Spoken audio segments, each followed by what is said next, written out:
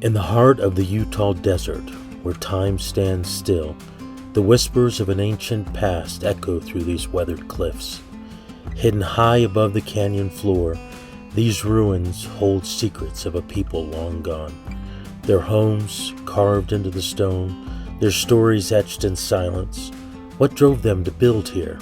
What mysteries linger in these shadows? Join me as we step into the unknown to uncover the enigma of this forgotten world. I've got to figure out a way down safely. This slick rock can be a little bit dangerous. Got ventilation holes, and I'm not gonna get in there, but I'm gonna stick the camera in there.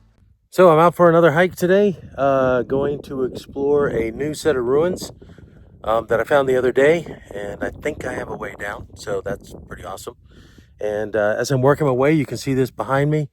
Beautiful area, really quick to move across on this rock, but unfortunately I'm heading into this thick stuff, which is home to deers and rabbits and mountain lions. Check out my mountain lion video if you haven't seen it already. And also I think bobcats, because right here, I'm going to show you, I just came across fresh bobcat tracks. I don't know if you can see that right here. So you see there's no claw mark. If it was a coyote, you'd have a little claw at the end of the paw mark there. And the back paw is a little bit better. And you can see his track, man, really good, clear tracks following that path. So right behind me is where I just saw those bobcats and just came through these bushes you see there. And right here, I don't know if you can see, but it's running that way and running this way behind me. There's a major deer trail and it's covered in deer tracks. So now we know where that bobcat or mountain lion was headed, was probably somewhere along this trail, set up an ambush for these deer, because the tracks don't continue forward. They either go this way or this way. Let's see if we can see which way he went. But anyways, I don't want to lose a lot of time today, but pretty neat. It's how nature works out here. So we're moving through.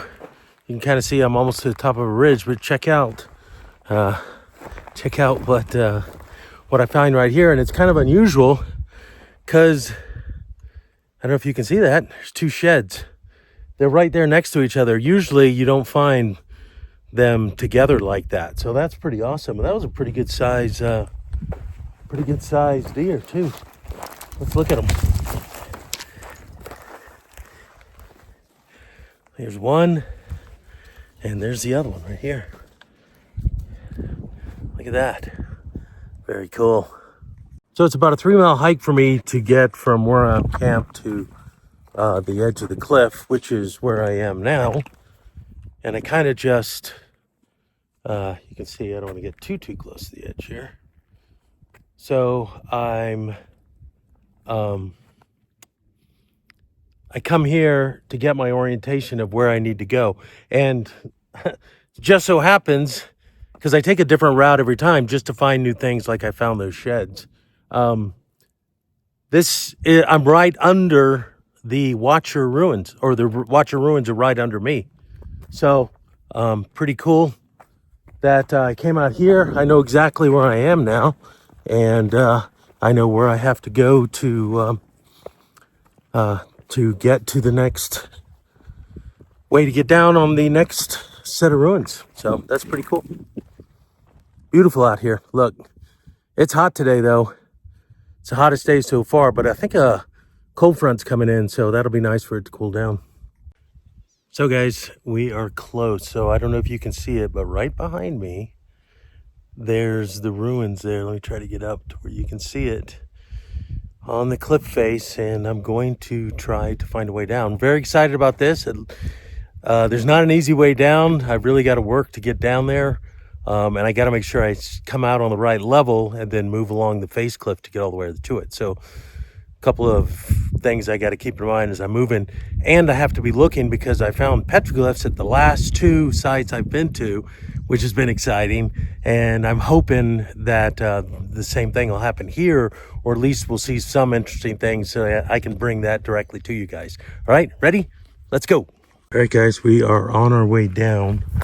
Probably gonna have to go around this way, but I wanted to show you this really quick.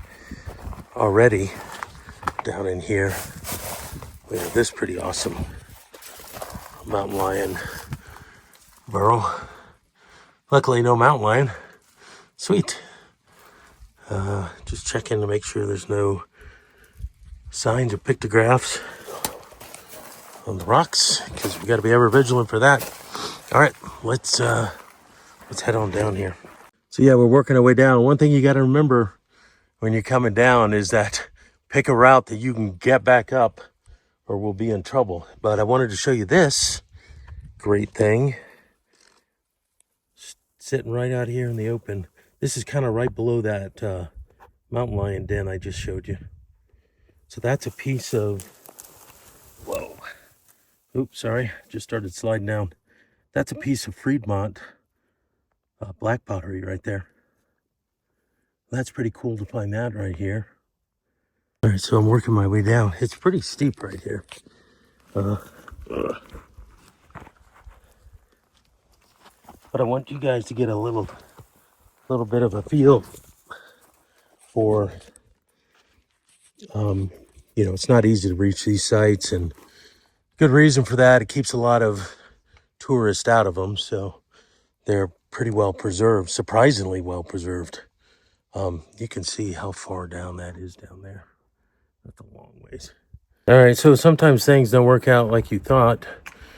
I ran into a dead end. There was a steep wash I couldn't get over, so I had to work my way back up to the cliff face, and that's where I am now, and then I'll head this way up on the cliff face. But I'm glad I got up here anyways, just to see what was in this overhang. So let's keep moving. All right, so that's where I'm headed to.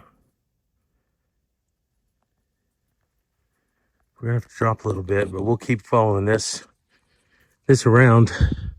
It's nice and cool under here anyways. You can see there's no footprints.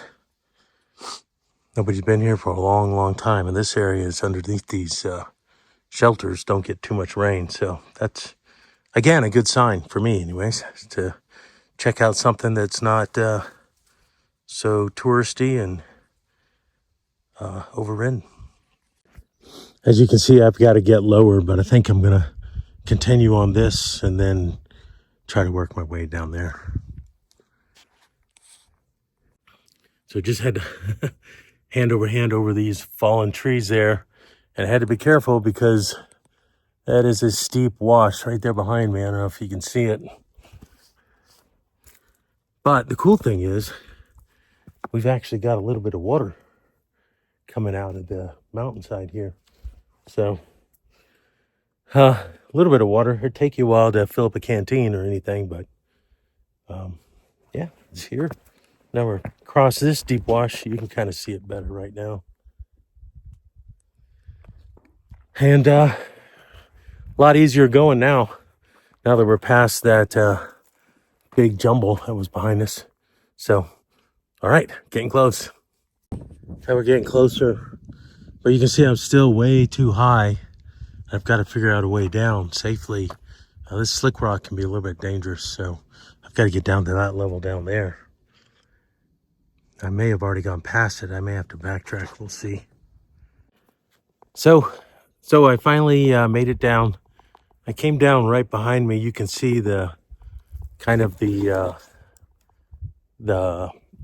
little erosion holes kind of made like a ladder, and I was able to finally figure out a way down. It's pretty, you can see behind me.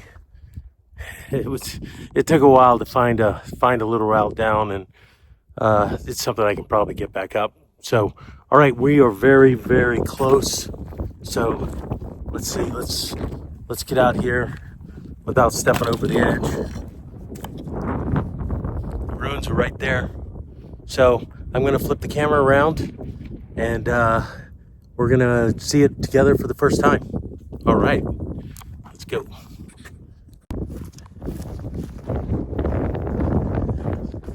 So the wind's blowing pretty good. So I Maybe some wind noise in this.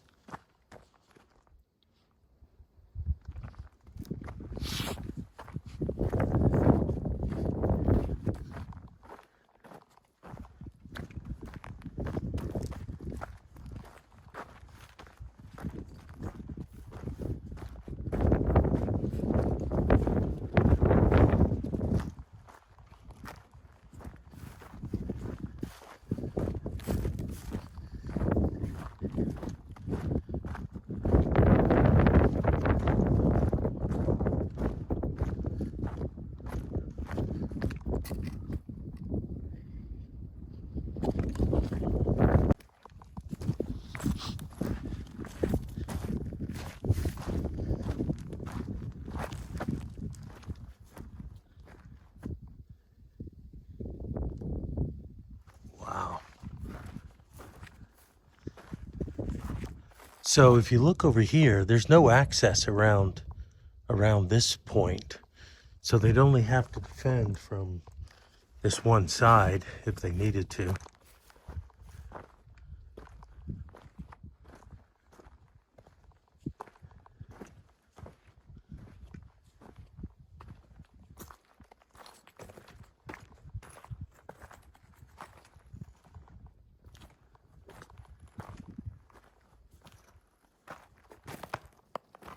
We'll start here at the first one. It looks like this was the entryway right in front of us, or it was a vent hole down at the bottom there. A lot of these have vents. Like you can.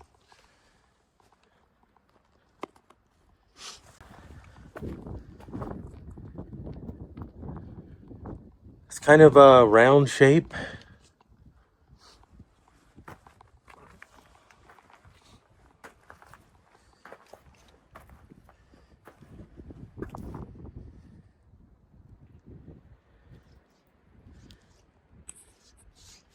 And then we've got this right here, which is probably to store grain and stuff in. And that one there, we'll get over there and check that out in a minute.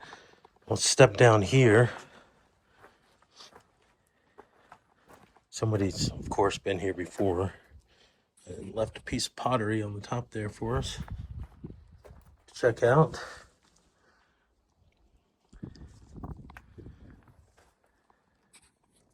So you've got this little granary right behind me, and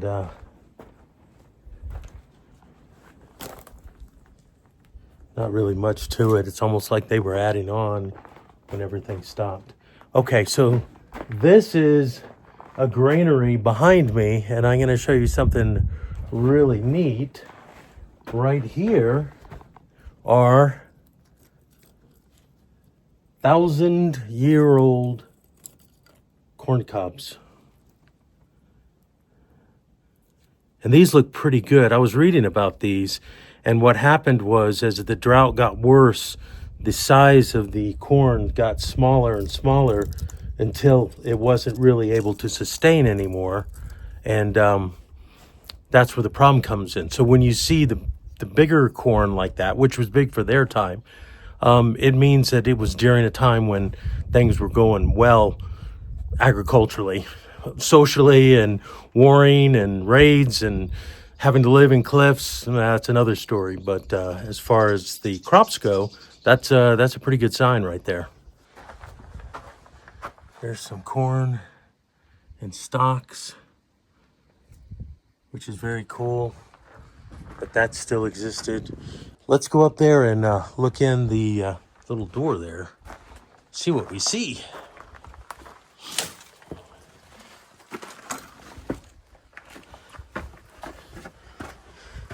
Just taking a step back, we've got the wood up here.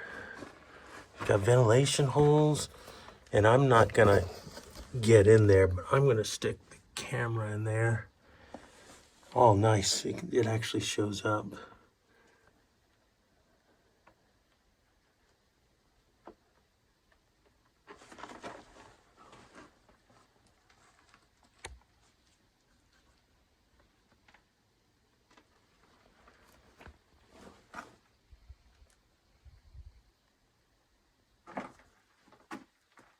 I'll have to go back and view the camera later, see if there's anything. There's stuff there.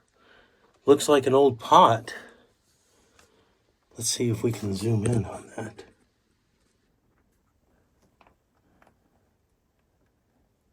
Yeah, definitely pottery, and like different types. Well, that's very cool.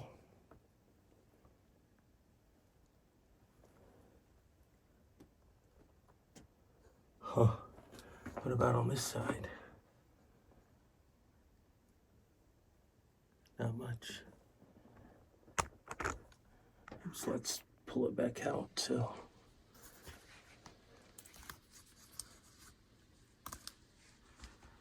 Wow, that is just too neat. And then the roof. Let's see if we can take this back.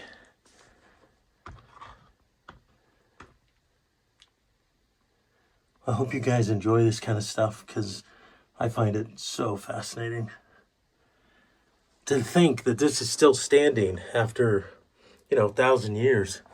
And again, from my research, I'm pretty sure this is Fremont. And then wait, check this out right here, right outside. You've got a corn cob and some really nice different kinds of pottery.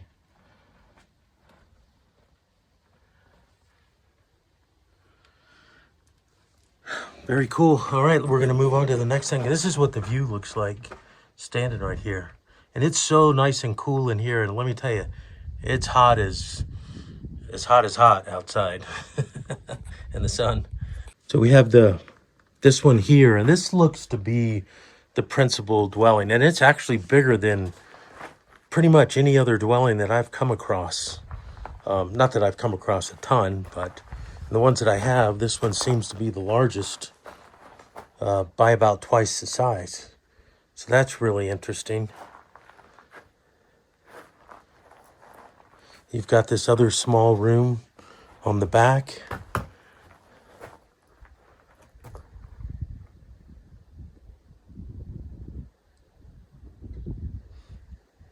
Kind of got a wall there. It looks like almost like it was hollow. And I'm wondering if they didn't have it just halfway built up where they could have a shelf there and then they store stuff on that shelf. That would make sense. And it looks like I'm going to have to extend this up. Looks like this is some kind of granary too. Not sure what was stored here. And it looks like you can see how rough it is on the inside as compared to this one, where it's nicely finished. So that maybe they were just starting to add on and hadn't yet finished the doors or windows that they were going to put in. Interesting on this one is you can see the little the fingerprints all on there. There you can see right at the end, a handprint.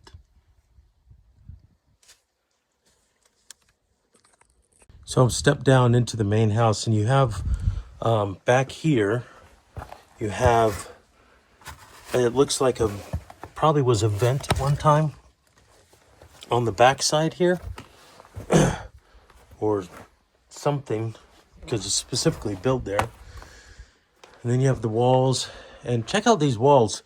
So you have the mortar in between the rocks, and then they've finished the outside to kind of make a nice smooth wall on the inside for themselves.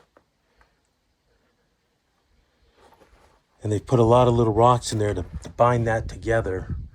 They kind of figured that out. And here we get a good view of the inside of the wall, how thick it actually was.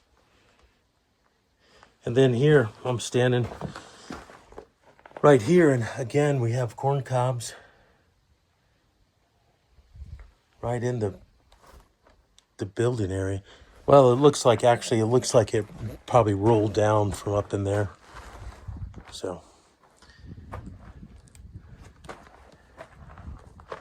take a look at this. I've got a large rock here, So this was probably the doorway here, right in front of us, and then they have this, just inside, you've got this rock, so that would prevent any draft coming in. Should the door open in the winter, I guess, when the wind's blowing hard, and if you've got a fire right there in the center, you've got it blocked and doesn't get blown all over the place. So, really interesting.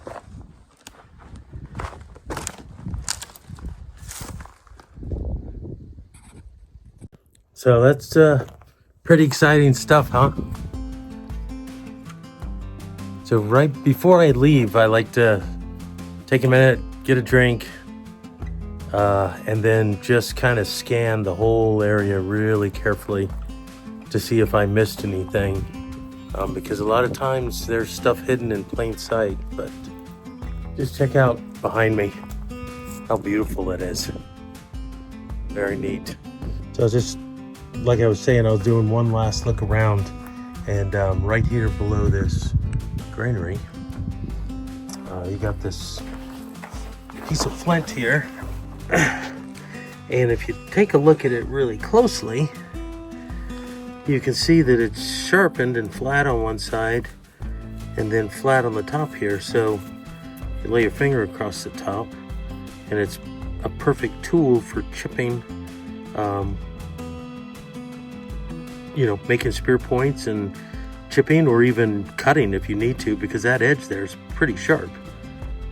So it's nice how your finger just lays right across. There's a natural grip for your thumb on this side, and your finger lays flat on the other side, so it perfectly fits in your hand to use as a tool.